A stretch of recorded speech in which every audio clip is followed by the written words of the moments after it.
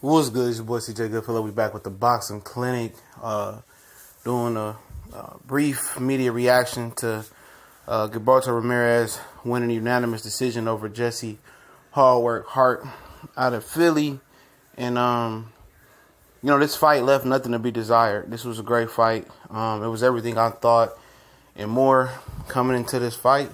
I think Hart, left a lot on the table, man. I didn't like him coming out moving a lot. Rameriz looked the more composed fighter. He looked the more polished fighter. Obviously, he was the more experienced fighter coming in. We all knew that. And Hart was the more athletically gifted fighter. To me, he was the more skilled fighter. He just didn't know how to use his skills. And he came out moving and showing too much respect to Rameriz. And Rameriz had the confidence to let his hands go and come forward and do what he wanted to do best. And that's come forward and fight. And Rameriz and Hart let that happen by moving and giving up ground early. I don't understand why boxers do that to guys that can't go backwards, who can't find the back foot. So why would you oblige him to do what he wants to do and be on the front foot and walk you down? I thought that's what Hart's biggest mistake was at. And then, talk about his latest mistakes. We're moving too much, man. He should have just sat there, pressed the action, pushed this man back, did more work to the body. You see he was doing body work. It was hurting you. He should have did more body work in the beginning. His whole plan was just, it was whack, coming out. He was trying to box and move. For whatever reason, I don't know why. That just, for a guy that never been 12 and Jesse Hart, I believe that just tired you out more, man. Moving, backing up, trying to be flashy and hit and not get hit. Don't you see that all these refs are now scoring for aggression? That's what they're scoring for. They're scoring for aggression. And Rameriz was the more aggressive fighter. Obviously he was the more slower fighter, but his time and experience and polish, he was polished. He just was able to land and punch when he wanted to punch. He seemed to have a better chin to the end. And that's because Jesse Hart was only trying to get his attention with one punch at a time.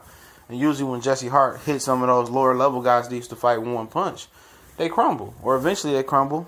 And those wild, quick, I won't even say they was wild and quick hooks, they was doing nothing to Rameriz, And if he seen that early, he should have went to the body. But one thing he didn't do that I think is the biggest thing out of the whole fight. It's the simple fact that he just didn't throw the right hand down the pipe enough. And Rameriz is a sucker for a right hand because he's a southpaw. And every time Jesse Hart threw a right hand, was it a 1-2, a right hand lead, down like that 10th, 11th, 12th round, he was hurting Rameriz. He was hurting Rameriz bad with the right hand down the middle. Because Rameriz don't have no defense, man. And he was throwing the right hand down the middle, and he was cracking this guy, man.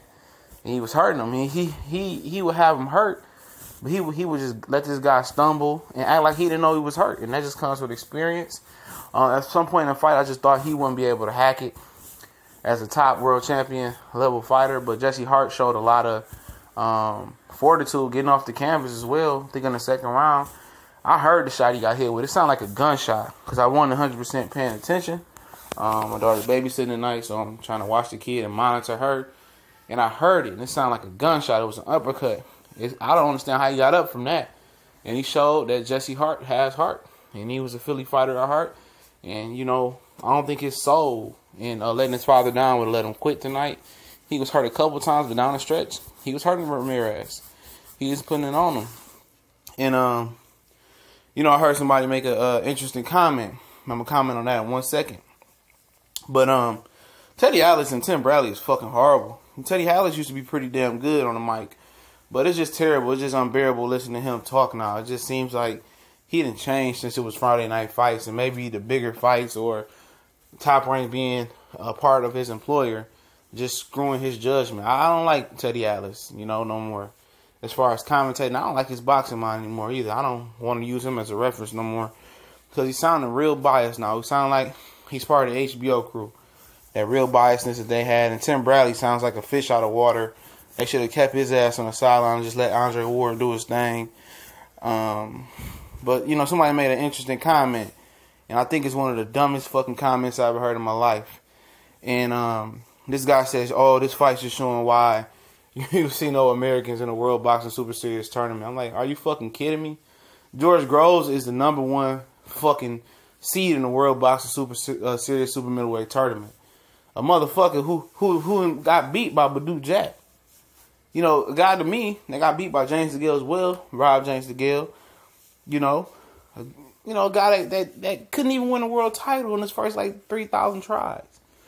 Chris Eubanks Jr., he's not a real super middleweight. You know, he ain't shit special. He ain't shit proven. He lost to Billy Joe Saunders. So what is this? I mean, I don't understand what people just gotta bash American fighters or Mexican-based fighters. You talking about two motherfuckers who ain't shit, and then Callum Smith, he just went life and death with somebody that's a virtual unknown. I watched tape, and I never been that sad or that angry for watching the guy's tape. The guy he's fighting, and Callum Smith is overrated as hell. The whole tournament is overrated, man. All those guys are like other than Robert Brandt. I'm not impressed with none of those guys.